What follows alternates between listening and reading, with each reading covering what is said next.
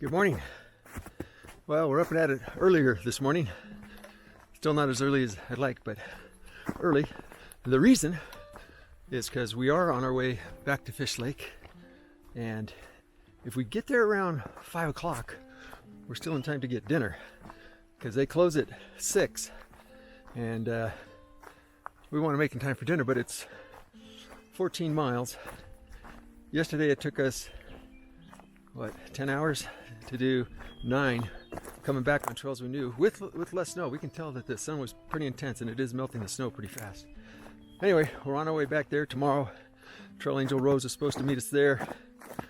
She'll give us a little support, pick up a little engine, and then I may have to stop recording now because we're slipping and sliding is quite likely on these kind of trails. It's also why we're up early. It's going to take us a while to get there. Hopefully we get a hamburger tonight. Otherwise, we're going to stop on the side of the road and have some top ramen. Yay!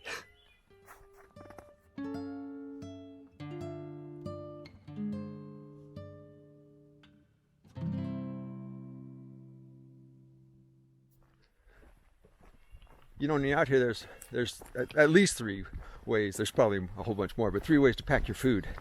And the most regulated one is you take a Ziploc bag and you make it day 1, day 2, day 3, day 4, however many days you're going to be out, and you put each day's meal in there, meals. That way you know you got the calories you'd planned for that day all in one shot. That's a good way. A second way is you put all your breakfasts together, all your lunches together, all your dinners together. That's a good way. And the least regulated way is you just take a food bag and you stuff all your food in it. And your eating style is different for each one of those. For the first one, you eat day 1 on day 1, and when you're done, you're done. And the second one, you got to go through and pick out, okay, what was my breakfast for today? What was my lunch for today? What was my dinner as it comes on? And that works. And the third way, when it's all stuffed together, you just eat whatever you feel like eating, whatever's best. But you still got to watch it. And you especially got to watch it when you're packing it for somebody else. Probably the best way is the day 1, day 2, day 3, because we did this trip 2 different ways. We started off with each day individually packaged. That worked well. But after we resupplied, I went to a breakfast, lunch, dinner approach. And that still worked really well, except, you're sitting there at lunch and you're feeling kind of hungry, and there's that extra set of cookies or extra snacks or whatever that's there. You can eat them, which is fine until you get to the last day when you find out you ate your lunch from the days before, or you didn't leave enough of the dinner. And it's still fine. You've still got all those calories somewhere in your body. You're going to burn them. But just a thought on food planning. It all works. Biggest thing is just get out here and try to avoid trails that look like that. We're making it. We're trying to see if this is a sample of one of these trees where it's close to the edge. Maybe not. These are the trees we're talking about, though.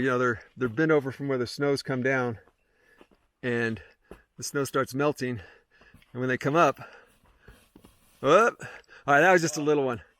So no, that one was not ready to come up yet, but they'll snap up and go up, 8 feet in the air. When you weren't expecting it, it can be pretty surprising, especially if you're sitting there casually enjoying a peaceful, quiet day, and all of a sudden right next to you, this tree jumps up. Anyway, pretty nice. There was water here last time, but it was not like this.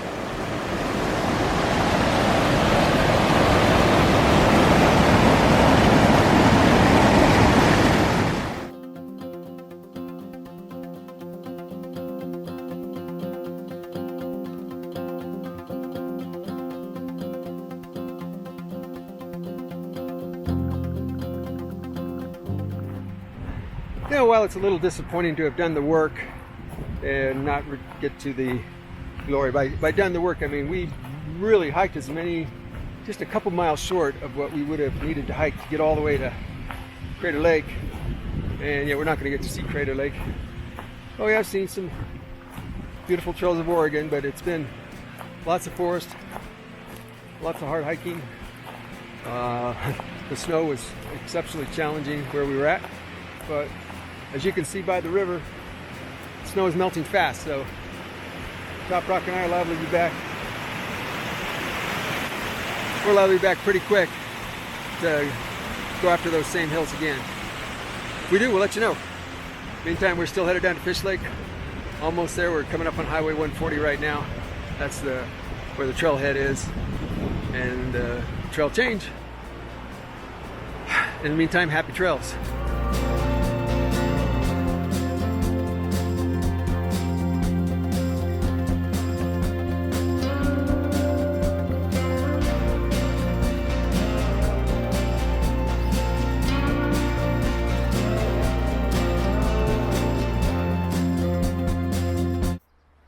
Hey friends, well, we are set up here at the free PCT tent area at Fish Lake Resort, which is pretty cool. They described it as spacious. I wouldn't call it spacious, but it's spacious enough, at least for 3 of us, 2 in duplexes and 1 in big SMR.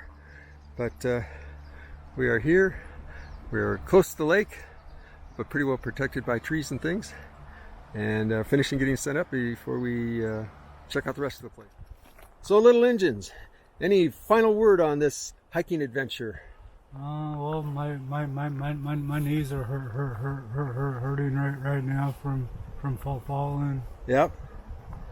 On the rocks. Oh no, unfortunately it wasn't rocks. It was mostly snow. Yeah. And the worst one I think was that blowdown. Yeah. Taking a 3 foot tall blowdown. Yeah, 3 foot tall blowdown. That was a long drop. That was painful. Top Rock, any comments to this point in the adventure? My knees are hurting, but that's just from walking. So I'll recover much quicker, I think. So you have it there. The current state of affairs is everybody has knees that are hurting, except for me, the old guy. Yeah. I can feel them, but they're not hurting. So I feel bad for these 2 young'uns. I think they were just being too aggressive out there on the trail or something. But nah. We're all here having a good time, but I think some of us are glad to be taking a break. Yeah. There you go. See you up the trail.